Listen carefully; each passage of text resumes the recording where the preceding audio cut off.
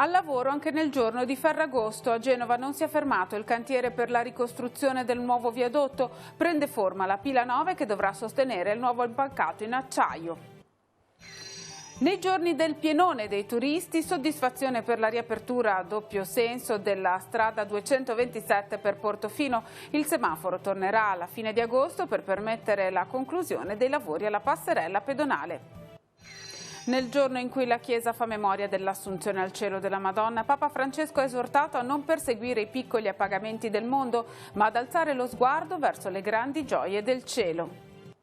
Una comunità che cresce affidata a Maria. A Rapallo, la parrocchia di Santa Maria del Campo ha celebrato la festa dell'Assunta. Generoso l'impegno di tanti volontari. Proseguono i lavori per la costruzione del campetto e del parco giochi.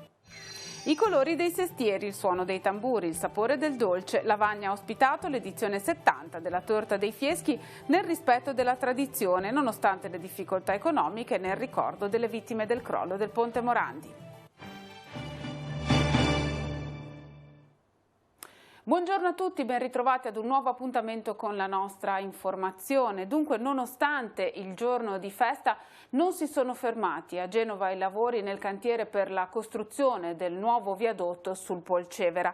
Da una parte si sta completando la demolizione delle macerie del Ponte Morandi, dall'altro sta lentamente prendendo forma la pila 9 che dovrà sostenere il nuovo impalcato in acciaio. Vediamo. Abbiamo finito 15 giorni prima dal cronoprogramma e quindi siamo contentissimi. Nonostante un anticipo di 15 giorni sul cronoprogramma per la demolizione, non ci si è fermati neppure il giorno di Ferragosto nel cantiere per la costruzione del nuovo viadotto di Genova. Operai al lavoro anche il 15 di agosto per costruire quella che sarà la pila 9, alta già oltre 20 metri, ma che dovrà diventare alta al doppio prima di poter sostenere l'impalcato del nuovo ponte insieme alle pile vicine. Uno dei primi pezzi di impalcato su cui correrà la nuova strada resta ancora sistemato a terra, vicino alla pila, in attesa di essere sollevato. L'obiettivo è di aprire il viadotto a primavera del 2020, hanno ribadito le istituzioni.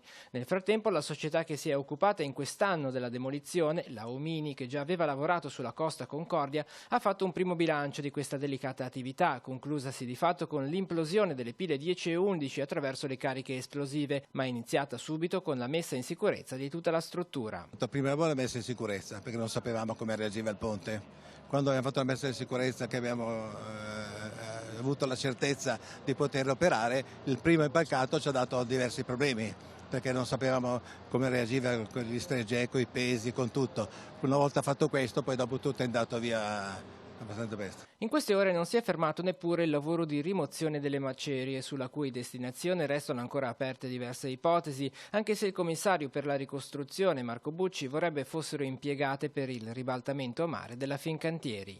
E su questo sapete che abbiamo un piano preciso, io vorrei fare un piano addirittura migliore di quello che abbiamo ora, cioè utilizzare le macerie nei Fincantieri per il ribaltamento a mare. Non è stato ancora approvato, siamo ancora in fase di negoziazione per questo, però abbiamo già un piano che prevede l'utilizzazione di tutte le macerie in piazzuole autostradali o altri punti anche della Val Polcevera, quindi da questo punto di vista siamo completamente protetti.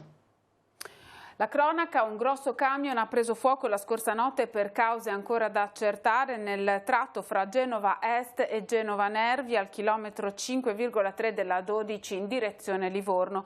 Il tratto è stato chiuso per consentire ai vigili del fuoco le operazioni di spegnimento. Oltre ai pompieri sono intervenuti gli agenti della polizia stradale e i tecnici di autostrade. L'autostrada è stata poi riaperta dopo lo spegnimento del rogo. Sono ovviamente giornate di traffico intenso lungo la nostra rete autostradale. Vediamo la situazione in tempo reale ora lungo la A12 e nel nodo genovese che ci interessa. Segnaliamo una coda tra Genova Nervi e Recco per un veicolo in avaria e poi un nuovo incidente, un incidente che si è verificato in particolare fra la A7 Milano Serravalle e Genova con una scorta veicoli da parte del personale della società Autostrade. Sono giorni di grande pienone di turisti, da questo anche il traffico intenso che si registra nelle nostre località. Il territorio del Tigullio registra una buona presenza di visitatori, tanto che nelle strutture alberghiere si va verso il tutto esaurito.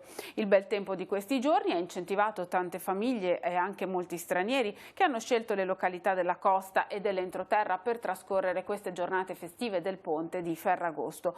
Tra queste ovviamente Santa Margherita Ligure e Portofino, che dalla vigilia di Ferragosto hanno ritrovato anche il doppio senso di marcia lungo la strada che collega le due località.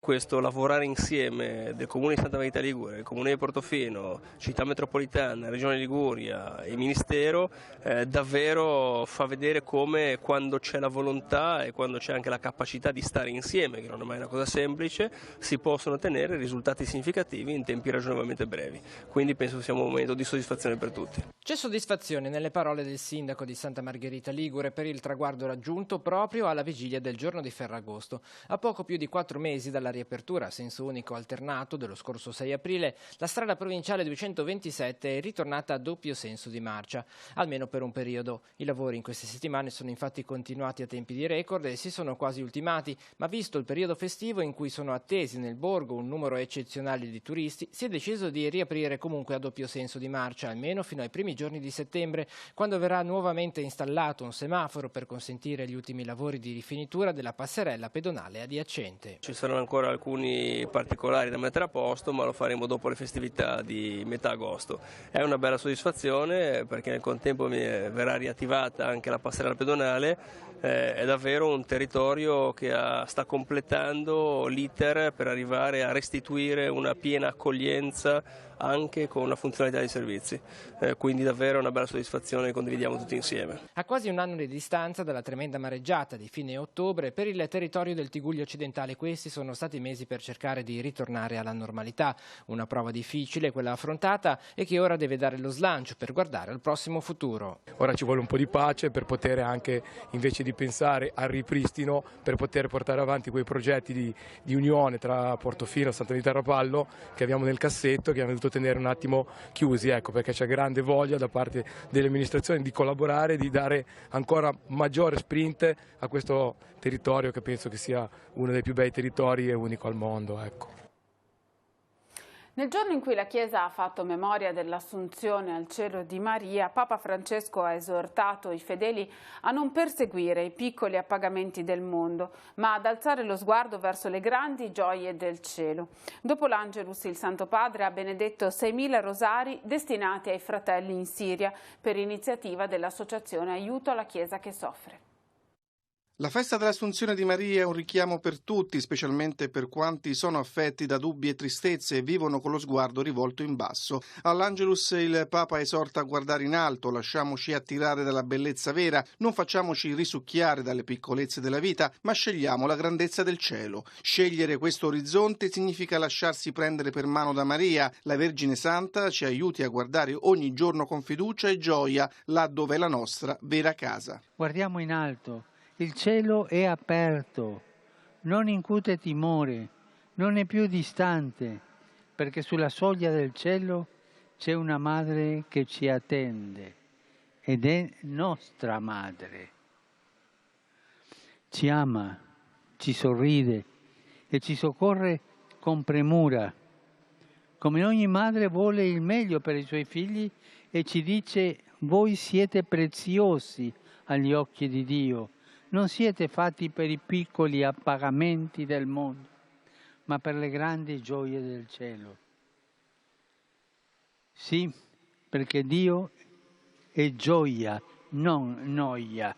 Ogni volta che prendiamo in mano il rosario e la preghiamo, facciamo un passo avanti verso la grande meta della vita. Dopo l'Angelus il Papa ha espresso la propria vicinanza alle popolazioni di diversi paesi dell'Asia meridionale duramente colpite dalle piogge monsoniche. Il Santo Padre ha infine benedetto un gran numero di rosari destinati ai fratelli della Siria per iniziativa dell'Associazione Aiuto alla Chiesa che soffre. Circa 6.000 corone del rosario.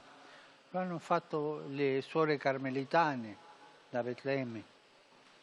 Oggi, in questa grande festa di Maria, io li benedico e poi saranno distribuite alle comunità cattoliche in Siria come segno della mia vicinanza, specialmente per le famiglie che hanno perso qualcuno a causa della guerra. La preghiera fatta con fede è potente. Continuiamo a pregare il rosario per la pace in Medio Oriente e nel mondo intero. E nel giorno della solennità dell'Assunta sono state molte le comunità in festa nel nostro territorio diocesano. Fra queste la parrocchia di Santa Maria del Campo a Rapallo, una comunità che cresce e dove è determinante per la realizzazione della festa l'impegno generoso di tanti volontari. Monsignor Tanasini ha celebrato la Santa Messa della Vigilia ricordando che celebrare l'Assunzione di Maria in cielo significa celebrare la sintesi della sua esistenza. Questa consapevolezza, ha spiegato il pastore della diocesi, può e deve dare forma a tutta la festa, il cui cuore è la memoria del mistero dell'Assunzione in cielo di Maria, che di fatto dà slancio ad ogni altra manifestazione esteriore. Proseguono intanto anche i lavori per la realizzazione del campetto da calcio e del parco giochi. La comunità Santa Maria si prepara a questa festa in modo particolare diversi mesi prima. Uno per preparare anche la festa esterna gastronomica, che richiede tanto tempo e tanta manodopera e tante persone che sono coinvolte in questo. E poi la cosa bella è che prima di iniziare la novena, con tutti i volontari, con i membri del comitati, ci si ritrova in chiesa per celebrare una messa per dare poi il via alla festa. E questo per ricentrare un po' il nostro sguardo su ciò che è essenziale, perché è bello vivere insieme, è bello giocare, è bello divertirsi, è bello ballare, però non vogliamo perdere di vista ciò che è veramente la festa, che è Maria Assunta. E allora il 31 di luglio ci siamo ritrovati tutti qui in parrocchia a celebrare la messa e per affidare questi giorni di festa a Maria, perché sento che la festa patronale è realmente un punto di partenza e di arrivo dell'anno della comunità. Anche quest'anno le offerte che vengono raccolte nei giorni della festa saranno devolute ad un progetto di cui quest'anno vediamo già le fondamenta. Sì, siamo già cominciato l'anno scorso, quest'anno stiamo andando avanti, già ricavati dell'anno scorso, l'intero ricavato della festa, degli stand, tutto è stato devoluto interamente a quest'opera. Quest'anno rifacciamo di nuovo tutto interamente devoluto per i lavori. I lavori dell'anno scorso hanno già dato un primo risultato e quest'anno, sperando con l'aiuto di tutti, di riuscire a andare avanti col progetto e dare una base sufficiente anche per creare giusto l'area sportiva per i ragazzi, per i loro giochi. Abbiamo iniziato due lotti fondamentali, ossia la prima parte alle spalle del parco giochi, quindi i muri di contenimento dove poi il comune realizzerà invece la zona del parco giochi, e un'opera molto importante è quella dei muri di contenimento alle spalle del campo che sono assolutamente propedeutici alla realizzazione del campo e comunque riqualificano un po' tutta l'area anche dedicata alla festa, quindi con maggiori spazi per i tavoli, per le attività diciamo gastronomiche. Una serata con i colori dei gonfaloni dei sestieri di Lavagna, con i suoni dei tamburi e le evoluzioni delle bandiere degli sbandieratori. In occasione della 70ª edizione della Torta dei Fieschi, la festa ha avuto il sapore della tradizione con il corteo e la distribuzione in piazza del dolce, quest'anno preparato da una pasticceria genovese.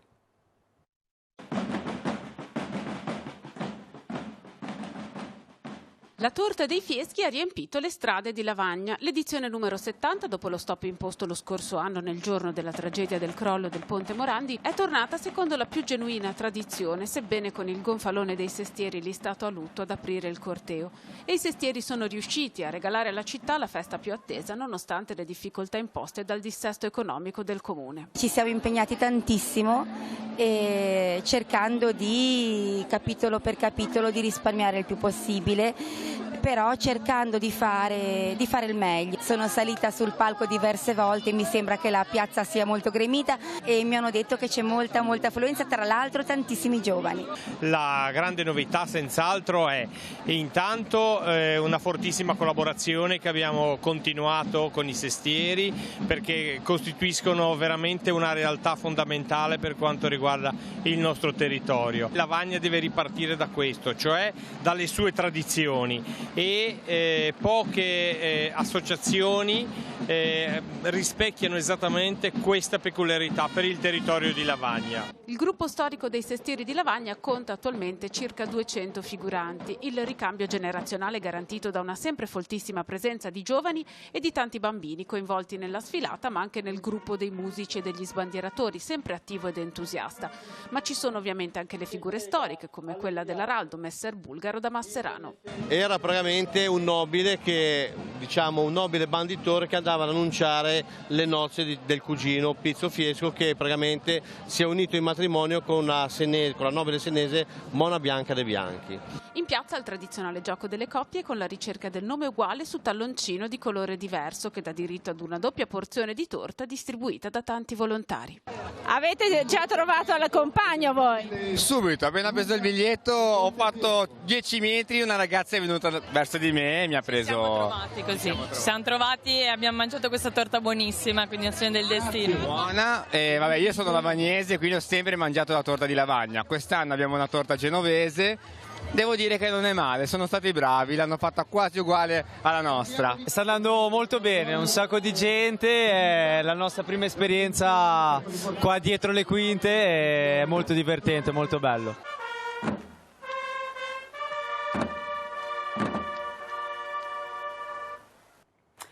Si avvia alla conclusione della stagione, la rubrica Estate Giovani, protagonisti della puntata di questa settimana, i bambini della parrocchia chiavarese di San Pier di Canne al campo di Villanoce e i bambini delle parrocchie di Sestri Levante a Montemoggio.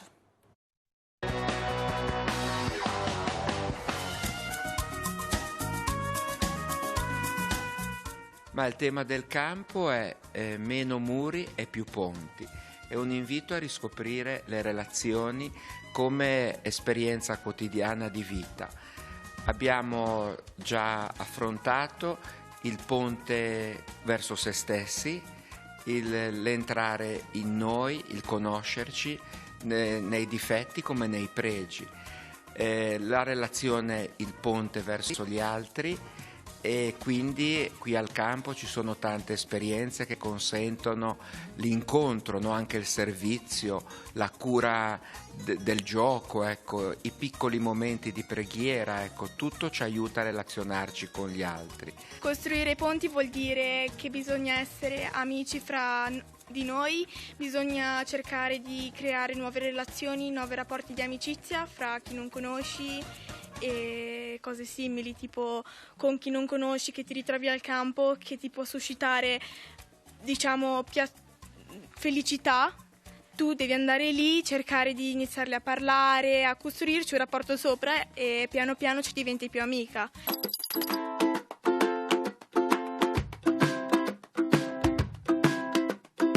C'è posto? Il titolo è una domanda, perché il campo, il campeggio che si fa formativo con i ragazzi è sempre partire più da una provocazione, da una domanda che mette in cammino, più che già qualcosa già di scritto, già di stabilito. E il c'è posto inizialmente poi è stato così preso un po' in modo, diciamo, semplice, come dire c'è posto a Montemoggio, perché in effetti i ragazzi sono tanti, anzi abbiamo dovuto dire a qualcuno non c'è posto, ecco, perché non ci stiamo, ecco, siamo quasi in centinaio e quindi non c'era posto. E a volte noi siamo un po' come i bambini piccoli nella vita. Chiediamo, attraverso quell'urlo anche della notte di un bambino, di dire qualcuno mi sorregge, mi dice che c'è posto per me, il mondo è per me, mi dà posto anche per me, esisto, io esisto. E siamo tutti un po' infantili.